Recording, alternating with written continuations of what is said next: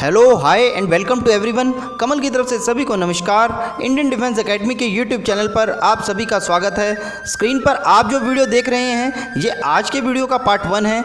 इस वीडियो में हमने आपको बताया था कि जो बच्चे इस बार 2020 के अंदर कोई भी स्कूल के अंदर एडमिशन नहीं ले पाए हैं, चाहे वो सैनिक स्कूल हो, मिलिट्री स्कूल हो, गुरुकुल हो, यूपी सैनिक स्कूल हो या इस कॉन्सेप्ट का कोई भी स्कूल हो, और बच्चा वहाँ एग्ज़ाम देने के बाद या तो क्वालिफाई नहीं कर पाया या फिर किसी कारण से मेरिट लिस्ट में आउट हो गया है, और ऐसे बच्चे अगर जो स्ट्रेस में चले गए हैं, डिप्रेशन का शिकार हो गए हैं, तो कैसे पेरेंट्स हैं जो अपने बच्चों की हेल्प करेंगे उस स्ट्रेस और जो उसका डिप्रेशन है उससे ओवरकम करने के लिए, और कैसे बच्चों की जो पढ़ाई है वो कंटिन्यू रहेगी। सीरियसली ये वीडियो आप लोगों के लिए बहुत ज़्यादा इंपॉर्टेंट है, क्योंकि बहुत सारे पेरेंट्स की ये कंप्लेंट है कि उनके बच्चे हैं जो एग्ज़ाम में फेल होने के बाद स्ट्रेस में चले गए हैं या फिर डिप्रेशन में चले गए हैं, और अब उनका जो पढ़ाई की तरफ मन नहीं करता है। तो आप जल्दी से ये वीडियो देखिए। अगर एक भी बच्चा हमारे इस वीडियो से स्ट्रेस से या फिर डिप्रेशन से आउट होकर अपनी पढ़ाई में कंटिन्यू हो जाता है तो हमें ये लगेगा कि हमारा ये वीडियो कामयाब हो चुका है। और आज का वीडियो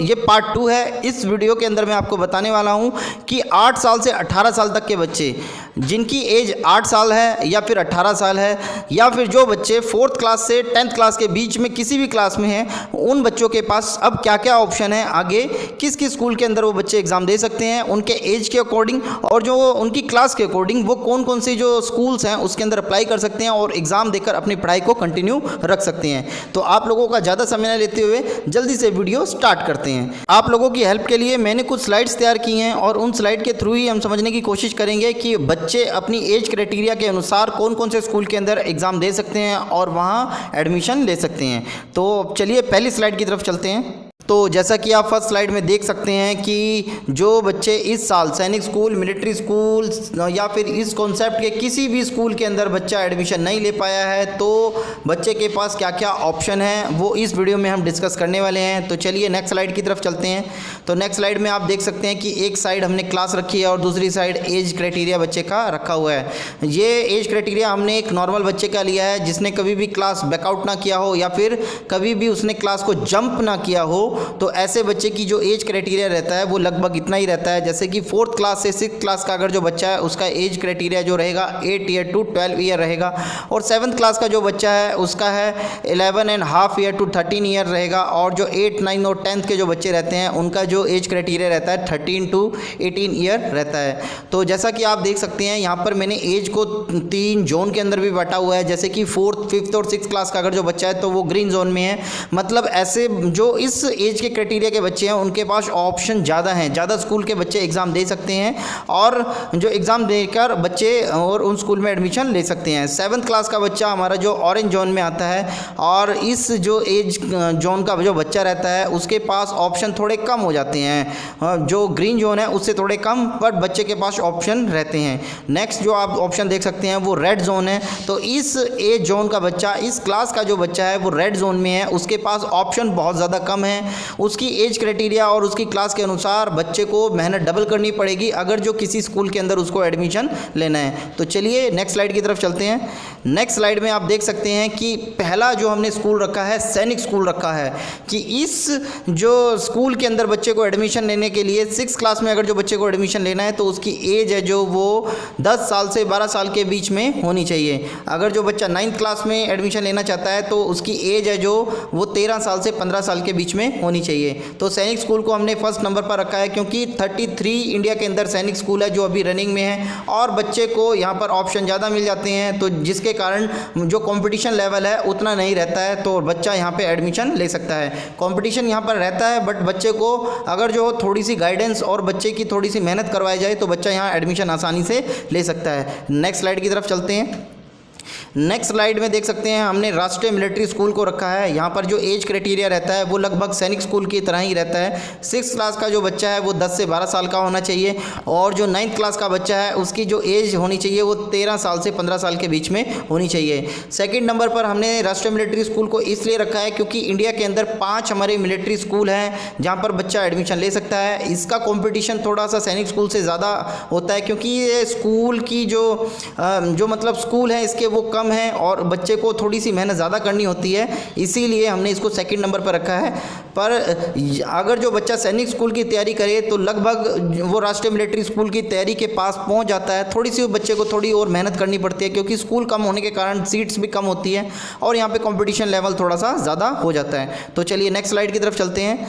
तो अगली उसके अंदर हमने राष्ट्रीय मिलिट्री स्कूल रखा है। सबसे पहले हमने 3 नंबर पर डिफेंस से रिलेटेड स्कूल को ही रखा है क्योंकि ज़्यादातर जो पेरेंट्स रहते हैं उनका सपना यही रहता है और बच्चे भी ऐसे स्कूलों की ही डिमांड करते हैं कि उनको सैनिक स्कूल, मिलिट्री स्कूल या फिर राष्ट्रीय मिलिट्री कॉलेज जो है, राष्ट्रीय इंडियन मिलिट्री कॉलेज है, उसमें ही एडमिशन लेना है। तो पहले 3 नंबर पर हमने डिफेंस से रिलेटेड स्कूल्स को ही रखा है। तो जैसे कि आप देख सकते हैं राष्ट्रीय इंडियन मिलिट्री कॉलेज जो देहरादून के अंदर है, यहाँ पर हर 6 महीने के बाद 25 कैंडिडेट जो 25 कैडेट्स का जो है एडमिशन होता है और यहाँ पर जो एज होनी चाहिए बच्चे की वो 11.5 साल से 13 साल तक के बीच में होनी चाहिए और यहाँ पर बच्चा 8th क्लास में एडमिशन ले सकता है। यहाँ पे कंपटीशन लेवल थोड़ा सा ज़्यादा रहता है क्योंकि यहाँ पर 25 सीट्स ही निकलती हैं और हर स्टेट की 1 सीट रहती है। तो ऐसे में बच्चे का जो कंपटीशन लेवल है थोड़ा सा ज़्यादा हो जाता है, परंतु मुश्किल कुछ नहीं है। बच्चा अगर जो कंटिन्यू मेहनत करे और जो टीचर्स की मेहनत कंटिन्यू रहे और पेरेंट्स भी बच्चे के ऊपर पूरा ध्यान दें तो ये स्कूल भी आसानी से इसको क्रैक करके बच्चा यहाँ एडमिशन ले सकता है। तो चलिए नेक्स्ट स्लाइड की तरफ चलते हैं। तो नेक्स्ट स्लाइड में हमने गुरुकुल को रखा है। गुरुकुल का आपको जैसे कि पता है कि अब 3 गुरुकुल हो गए हैं, गुरुकुल कुरुक्षेत्रा, गुरुकुल ज्योतिसर और गुरुकुल नीलोखेड़ी। इन स्कूल्स में बच्चा आराम से एडमिशन ले सकता है। हर साल इसके जो फॉर्म निकलते हैं और मार्च में इसका जो है एग्ज़ाम होता है। आप देख सकते हैं यहाँ पर लिखा भी हुआ है कि जो बच्चे हैं यहाँ पर 5th क्लास से और 7th क्लास तक के बीच में और उसके बाद 8th, 9th और 11th के अंदर कभी भी एडमिशन ले सकते हैं। पर यहाँ पर जो बच्चों को यहाँ पर पहले रजिस्ट्रेशन करवाना होता है, फिर उसके बाद एग्ज़ाम देना होता है, काउंसलिंग करनी होती है और बच्चा वहाँ पे एडमिशन ले सकता है। यहाँ पर जो एडमिशन होता है वो 5th, 6th और 7th क्लास में होता है और फिर उसके बाद 8th, 9th और 11th में एडमिशन होता है। 10th और 12th के अंदर यहाँ एडमिशन नहीं होता है क्योंकि ये जो क्लासेस होती हैं ये बोर्ड क्लासेस होती हैं और कोई भी स्कूल बोर्ड क्लासेस में कभी भी एडमिशन नहीं देता है। गुरुकुल एक बहुत अच्छा कॉन्सेप्ट का जो स्कूल रहते हैं, यहाँ पर ओनली लड़के ही एडमिशन ले सकते हैं और ये +2 लेवल तक का बहुत अच्छा स्कूल रहता है। ये कुरुक्षेत्रा और जो ज्योतिसर है और जो नीलोखेड़ी है, ये तीनों गुरुकुल अब गुरुकुल कुरुक्षेत्रा ही रन कर रहा है। तो बहुत सारे पेरेंट्स का हमें गुरुकुल जो ज्योतिसर है या फिर गुरुकुल जो उनका नीलोखेड़ी है उसके रिगार्डिंग हमें कॉल आती है, तो उन सब पेरेंट्स को मैं बताना चाहूँगा गुरुकुल कुरुक्षेत्रा के द्वारा ही हमारा गुरुकुल ज्योतिसर और गुरुकुल नीलोखेड़ी को रन किया जा रहा है। तो चलिए नेक्स्ट स्लाइड की तरफ चलते हैं। तो नेक्स्ट स्लाइड में जो हमने स्कूल रखा है कैप्टन मनोज कुमार पांडे यूपी सैनिक स्कूल को रखा है। जैसा कि आप सभी को पता है कि जो हमारे हमारा लखनऊ में स्कूल है ये कैप्टन मनोज कुमार पांडे, और जो बच्चे हमारे यूपी से बिलोंग करते हैं जिनके जो फादर हैं उनका जो डोमिसाइल सर्टिफिकेट है वो यूपी का है, क्योंकि कैप्टन मनोज कुमार पांडे यूपी सैनिक स्कूल में एडमिशन लेने के लिए जो पेरेंट्स हैं, पेरेंट्स में फादर का जो डोमिसाइल सर्टिफिकेट है वो यूपी का होना ज़रूरी है, तभी बच्चे का यहाँ एडमिशन हो सकता है। तो बच्चे की यहाँ पर जो एज होनी चाहिए वो रहनी चाहिए 10.5 साल से 13 साल तक के बीच में, और यहाँ पर लड़कियों का एडमिशन भी हो सकता है। लड़कियों की एज जो होनी चाहिए वो 12.5 साल से 15 साल के बीच में होनी चाहिए। लड़कों का जो एडमिशन है वो यहाँ पर 7th क्लास में होता है और लड़कियों का जो एडमिशन है वो 9th क्लास में होता है। तो लड़कों के लिए जो एज क्राइटेरिया रहना चाहिए 10.5 साल से 13 साल रहना चाहिए 7th क्लास के लिए, और लड़कियों के लिए जो एज क्राइटेरिया रहना चाहिए वो 12.5 से 15 साल रहना चाहिए ओनली क्लास 9 के लिए। लड़कियों का एडमिशन ओनली 9 क्लास में होगा और जो लड़के हैं उनका एडमिशन ओनली क्लास 7th में यहाँ पर किया जाएगा। तो चलिए नेक्स्ट स्लाइड की तरफ चलते हैं। तो नेक्स्ट स्लाइड में हमने रखा है APS डगसाई। ये APS डगसाई हमारा आर्मी पब्लिक स्कूल डगसाई, जो कि हमारा शिमला और अंबाला रोड पर पड़ता है, जो कि बीच में हमारा सोलन आता है और सोलन के अंदर हमारा आर्मी पब्लिक स्कूल है। बहुत अच्छा स्कूल है, ये एक अव्वल दर्जे का जो स्कूल माना जाता है, और यहाँ पर जो एज क्राइटेरिया रहता है वो 31 मार्च से बच्चे का काउंट किया जाता है।